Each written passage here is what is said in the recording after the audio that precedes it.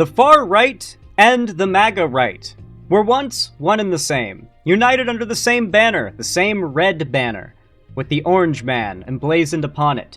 But now there's been a big split, over a variety of things. For starters, a lot of the conspiracy theory community that Donald Trump so effectively captured and got to support him have strongly begun to pivot a lot of their conspiracy theories to circulate entirely around Israel. Like, Israel is the ultimate Jewish dog whistle for Nazis these days, because most people have very valid issues with Israel, or just straight up validly don't like Israel. So when a Nazi is like, I think there's some Israeli corruptive influence happening here, most people hear it and think, oh, maybe there is, yeah, Israel's pretty evil. They don't necessarily consider whether or not they might be getting at something more with that, you know what I mean? And so it's become a very effective sort of a dog whistle for them to try and appropriate when it comes to who they blame for all their new conspiracy theories. A lot of them have come to the belief that Israel was behind the killing of Charlie Kirk. A lot of them believe that Israel was behind Epstein and are the ones who killed Epstein in prison. And because of this, Donald Trump's desire to cover up the Epstein files has made many conservatives who are in the conspiracy sphere start to see Trump and his favorability towards Israel. They're starting to see it as Trump being part of the evil Jewish cabal, not the one fighting to destroy it. Certainly not helped by the fact that Trump has more recently 180'd on H-1B visas being necessary, which was one of the most significant issues that Americans voted for Trump on, was the idea that immigrants were coming to steal labor from Americans and drop wages, and that we had to destroy these programs for Americans to do well again. Trump 180'd on it. He hasn't delivered in improving the economy, so whether you voted for him for the economy or voted for him to get a white ethno-state, you're not happy with Trump right now. If you believe that Trump was helping to beat the gay leftist groomers, whatever, well, now Trump's out here, and as are MAGA as a whole, defending Epstein to soften the blow of how close Epstein and Trump were, because they know that's the only path now, is to sanitize Epstein's image, because Trump's so attached to him now. A lot of the right has decided they are not exactly cool with Donald Trump anymore because of all this.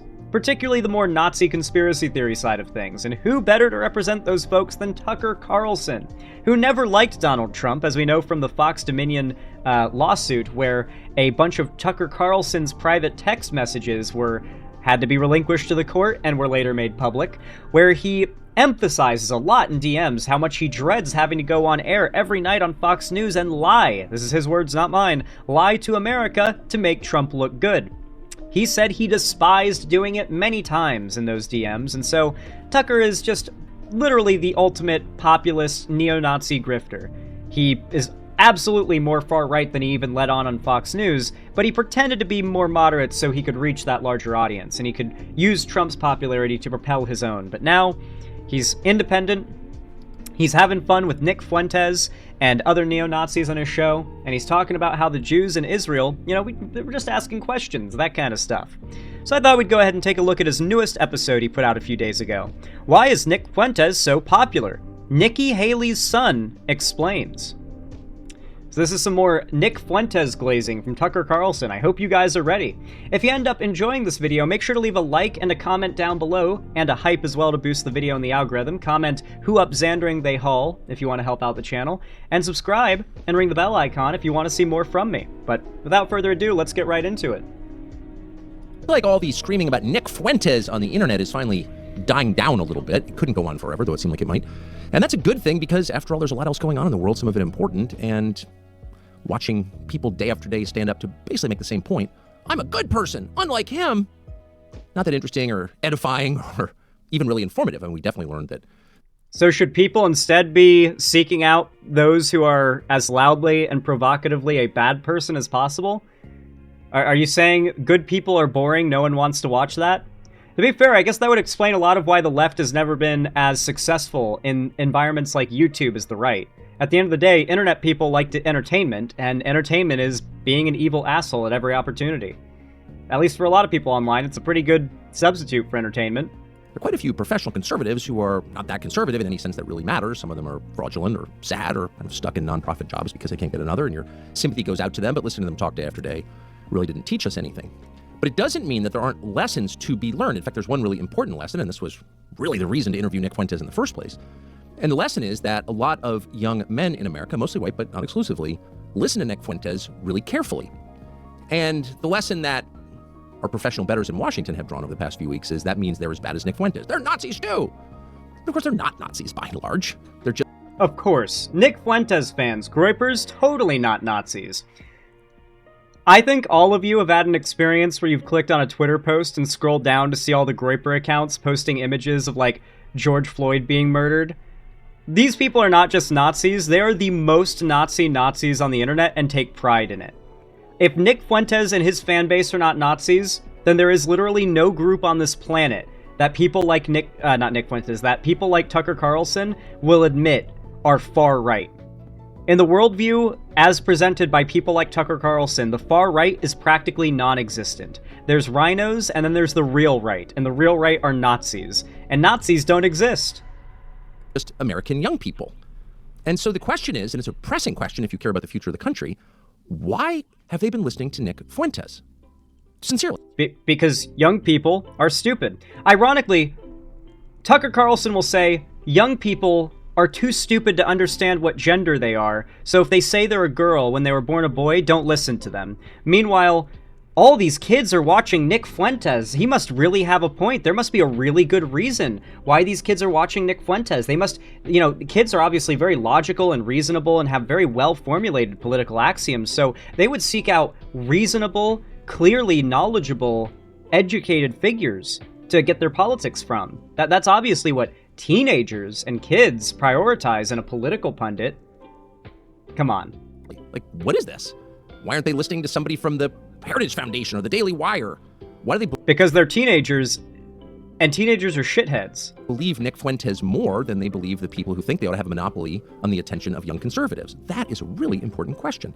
And what does it say, not simply about their attitudes, but about the problems they face, the society they grew up in, the future they imagine for themselves? What does it say about all of that Fuentes is so popular among young men? After all, young men really are kind of the basis of our hope for continuing as a country. So if... And more of that men are the future, men build society, men make the world go round shit. If they're off in some direction that you don't understand, it's probably incumbent on you to try to understand it to the extent you can. It's hard to understand. Keyword, men make the world go round, and we need to keep it that way, is what they actually mean. Other people's motives, and it's even harder when they're in a different generation. But making a good faith effort to figure out what is this, well, that's on us. Us being, everyone with a job who's not in that generation.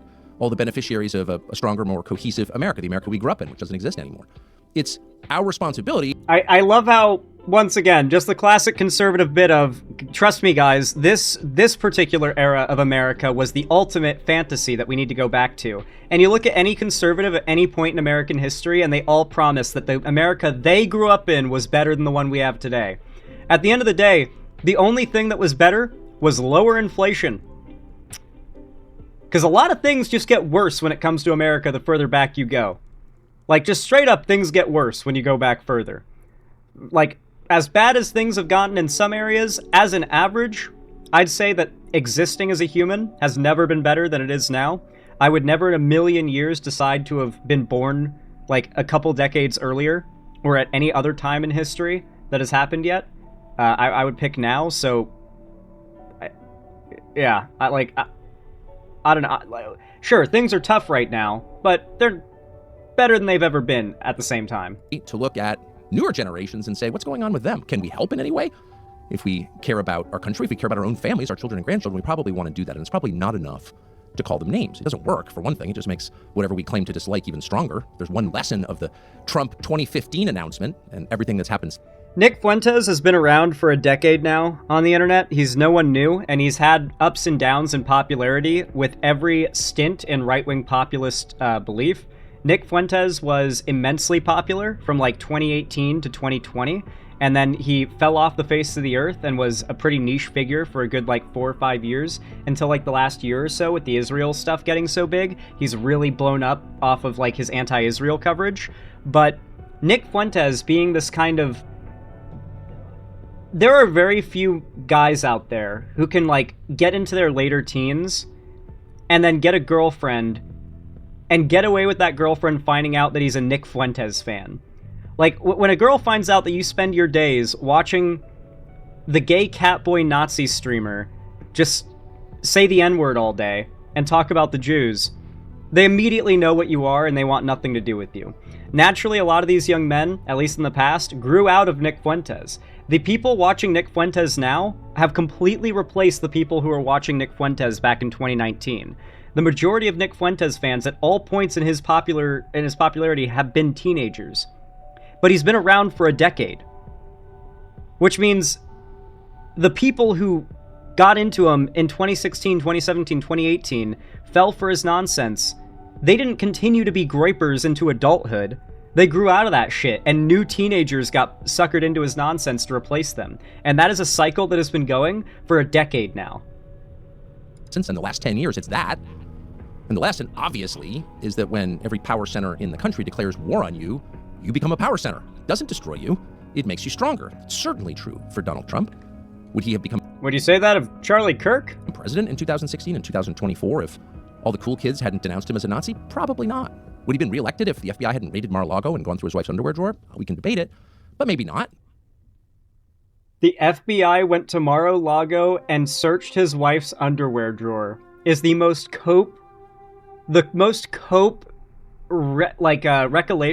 recollection of when Donald Trump got busted and got indicted for stealing a bunch of classified documents and locking them up in a Mar-a-Lago bathroom. Not even locking them up, just storing them in a Mar-a-Lago bathroom that he had a random Mar-a-Lago employee just load them all up into. So, and then on top of that, there was testimony saying that he was trading these classified documents with world leaders he was having to visit at Mar-a-Lago. But yeah, it was just, the FBI just wanted to look through his wife's underwear drawer, guys. Maybe this would be the Ron DeSantis presidency. Probably. So attacking people, particularly when you attack them ad hominem, when you don't try to deconstruct or rebut the arguments they're making, but just calling them names. Nazi! That's counterproductive every single time. You expose yourself as hysterical. For a time, I do think that is the case. People will reactively say, you can't just call everyone you disagree with Nazis. But at the end of the day, when the left incessantly calls someone like Nick Fuentes a Nazi, and then he goes on a rant about how the Jews are evil, and he says the N-word 50 times, those people who are a little on the fence and were like, come on, you can't call everyone you disagree with a Nazi, he's just conservative. But then he goes on like a Jew rant, then those people are gonna be like, oh damn, those lefties weren't just being crazy. So no, I'm not going to take advice from Tucker Carlson on what... Do you guys really think Tucker Carlson would be honest and tell the left what they need to do to win? Or do you think that Tucker Carlson would try to gaslight the left into being demoralized and inactive, to feel discouraged from calling out Nazism, no matter how blatant and obvious it is? Like, guys, come on, you gotta stop calling Nick Fuentes and Groypers Nazis, okay? Like, if Nick Fuentes is a Nazi, then everybody's a Nazi. That's the kind of vibe they're trying to make you feel like everybody thinks now, and it's meant to demoralize you. He's not giving any genuine advice to the left. Shallow, and you elevate them in the minds of everybody else. They're important enough to be yelled at by every trustee at the Heritage Foundation or whatever. They must be important. So again, it doesn't work, but it's also on a deeper level kind of immoral. It's immoral to dismiss the concerns of your countrymen as beneath consideration. It is if they're racists. It is fine to do so if they're racists. You know, like when segregationist women were, like, whining and screaming about how unsafe they felt when black women were allowed to use the same locker rooms and restrooms as them. Sound familiar, by the way? All those white women who complained about black women in their bathrooms, fuck them. Like, their comfort at having a whites-only bathroom, like, they can go fuck themselves. Who cares about their comfort? Like, so, yeah, they're pieces of shit, and they should be disregarded. They are not valuable. Their opinions are not valuable. They should not be appeased. They should not be acknowledged as a valid part of society that ought to be politically appealed to, because their standard for how the country should be run is one in which how you are born determines whether or not you are a legal person to exist in America. If Nick Fuentes had his way, if you were born gay, trans, or brown, you're fucked. Doesn't matter how good of a person you are or what you have or haven't done, the way you were born determines whether or not the state of America is antagonistic towards you, and that is the future they want. That is not one anybody should be chill about. Don't have to listen to you because you like some guy who's got ugly views. By the way, it's not a defense of all of Fuentes' views. We interviewed him on the show and said, It is totally immoral to hate Jews as a group, because it's totally immoral to hate any group, period. That's always wrong. But it doesn't mean that everything Fuentes says is wrong. It's not wrong. And yeah, I know, right? Like, Hitler probably said the sky was blue and that oxygen is good for you at some point. I bet at one point Hitler said vegetables are important for your diet.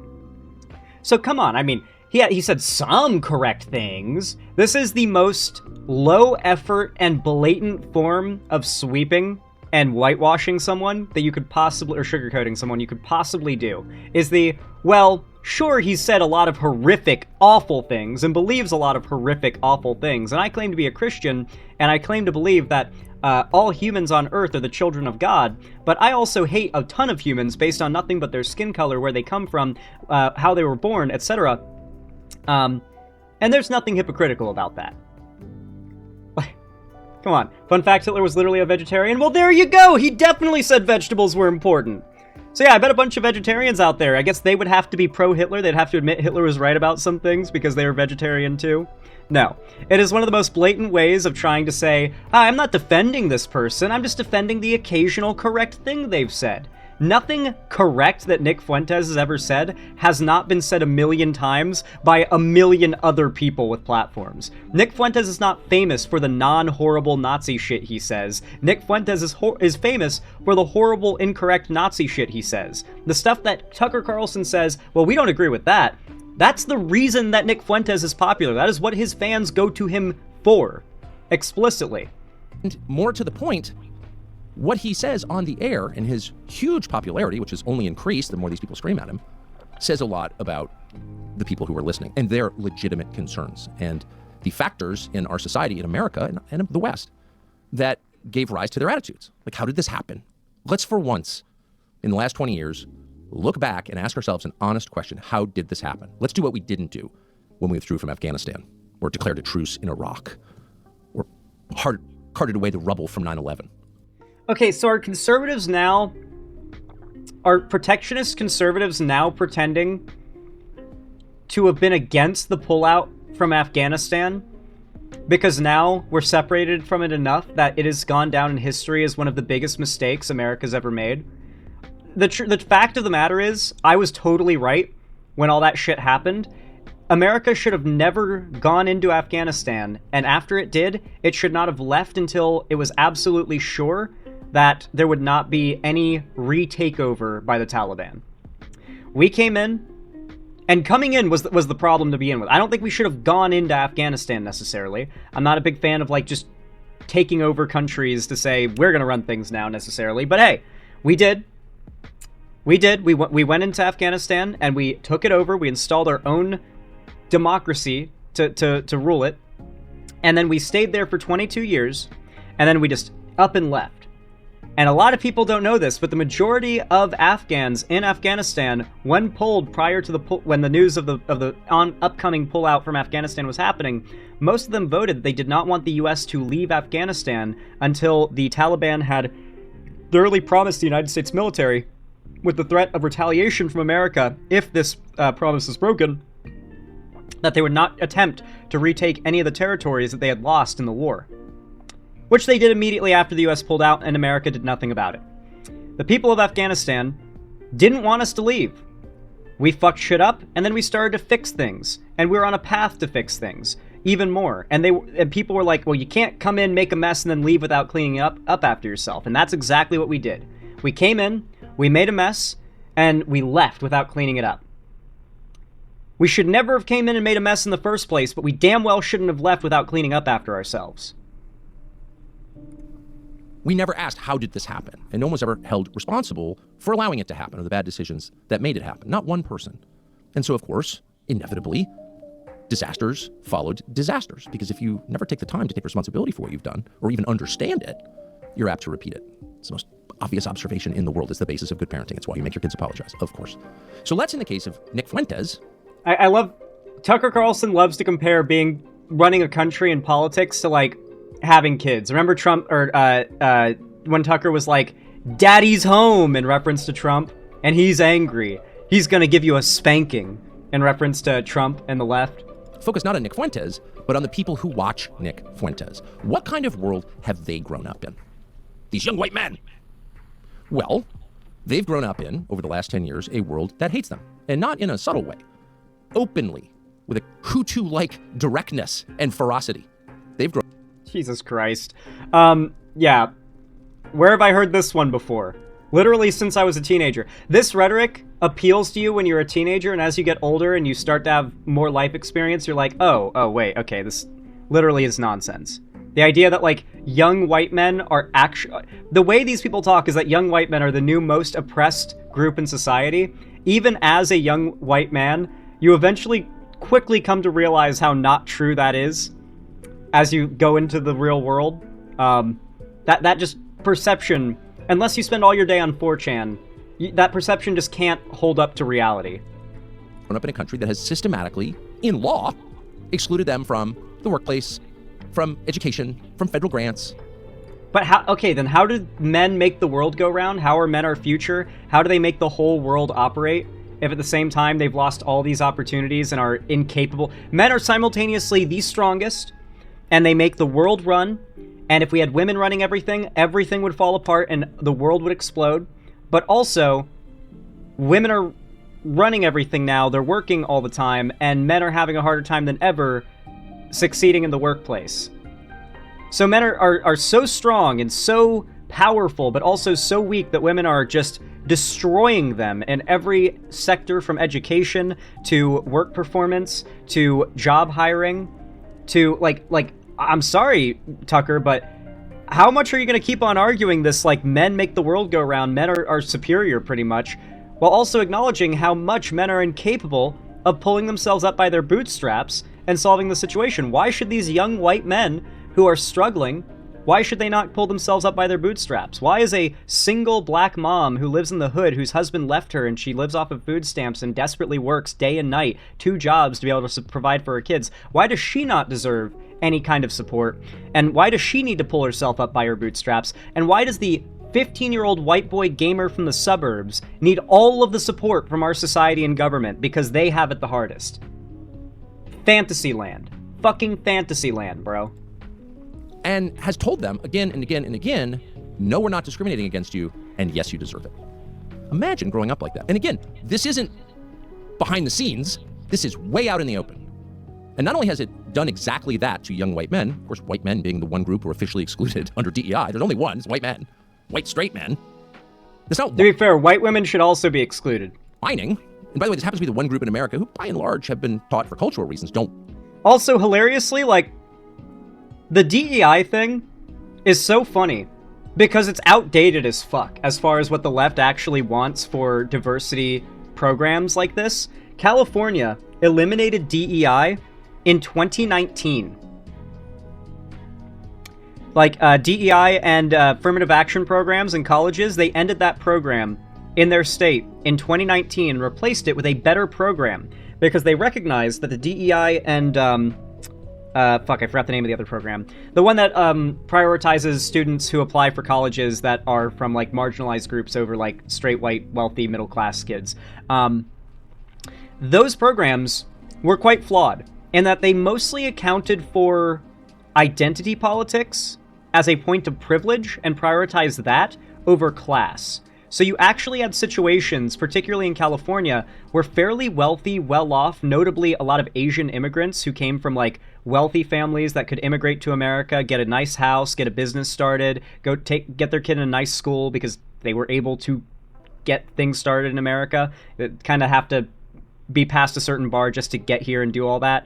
And naturally, because they fall within a marginalized group as far as these programs are concerned, you've got these extremely privileged kids, mostly who are immigrants, or the kids of immigrants, and come from fairly privileged households, but because they're not white, they end up benefiting from these programs that are meant to help those who come from much less fortunate circumstances. But these programs on paper prioritize identity and identity politics over class. And while I'm not a class reductionist by any means, I definitely do think California's new system that prioritizes the socioeconomic position of an applicant over their race is ideal, because let's be honest, in action, it'll still be a DEI program. It'll still operate and do what we wanted it to do. It's just not going to end up giving an easy leg up to those that are already coming from privilege, even though they're not white. You know, because that was the main problem with DEI and affirmative action in California, particularly affirmative action, not DEI, but affirmative action in particular. Whine. Don't talk about yourself so much. No one wants to hear your story, and whatever you do, don't be the victim. All of that's good advice, by the way. But this group has not only been excluded with the force of law by the Justice Department in every state and at every college Every university. state. No, literally just, like, Tucker, you lied after I debunked the lie. I just gave an example of an entire state that eliminated affirmative action by law and instituted a completely unique system that is not based on race or identity and is instead based on providing social support, or I guess educational support for students who apply to get into college based on what kind of income they have. So if you're a poor white boy, you've got a better chance of getting into college in California now than like a rich black guy. That is how the new system works in California. So, like, you literally just blatantly lied. I literally gave an example of a state where that is not the case before you even made up the lie that it was nationwide. That was the policy. With maybe 3 exceptions. They've been maybe 3 exceptions. I love that. Maybe 3 exceptions. I love how at the end of his lie, he threw in a caveat just in case he gets called out or the viewers know he's wrong. Maybe they're from California and they know about the whole, like, affirmative action ban in 2020. No, it is the entire state of California and all the colleges within it, at least, Tucker. There might have been some other blue states that have done the same. I remember a lot of conservatives were trying to pull some kind of like, hypocritical lefties whenever California got rid of affirmative action. And it's like, well, no, like, y'all talk about California being the wokest state in America. They're getting rid of affirmative action, yet you guys claim we're in favor of it. It's starting to look like y'all are just lying about the left liking systems that benefit people purely based on race. Because you're complaining about the left not doing the thing you're strawmanning the left being in favor of and calling it hypocrisy. Screamed at?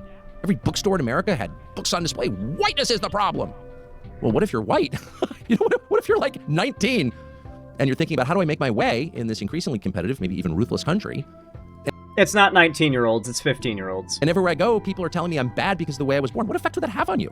And then you flip on the tube or the internet. I love how none of that empathy, by the way, for black people in America. Like, you grew up in a country where it is just common knowledge that for over 100 years, your race were kept as slaves by the ancestors of a significant amount of the white people around you. And then for centuries after that, black people were treated as second-class citizens. And then for like centuries throughout all of that, race riots, lynchings, hate crimes, the town gathering together and just burning down the entire black neighborhoods. This has happened hundreds of times in history. It is beyond well known. And growing up black in America, I have no doubt that you're going to become familiar with at least a few of these examples. How a few decades ago, there were some towns where all the white people got together and decided they were just going to lynch the 12 black people that lived in the town in one night. And the local authorities just looked the other way. And now it's just that story of the night that town saw every black person and it hung, and nothing was ever done about it. There are a lot of stories that go that way. So you grow up in an America like that. You grow up in that country. Tucker Carlson has no sympathy for you. You just got to get over it if you're black. You know, all those photos of the lynchings and the race riots and all the history and all that, how far it goes back, how much it still perpetuates itself today in all sorts of different forms. It's, continued consequences, etc. But you just need to get over that. You just need to take some personal responsibility. But white boys seeing books in bookstores that say whiteness is the problem, imagine how hard that must be for them, guys. Oh my gosh. Oh, imagine how hard that must be. And all these people with big jobs making big salaries who have the implied moral authority of their positions are telling you you're bad because of your skin color. And by the way, this is not a guess. Here's an example.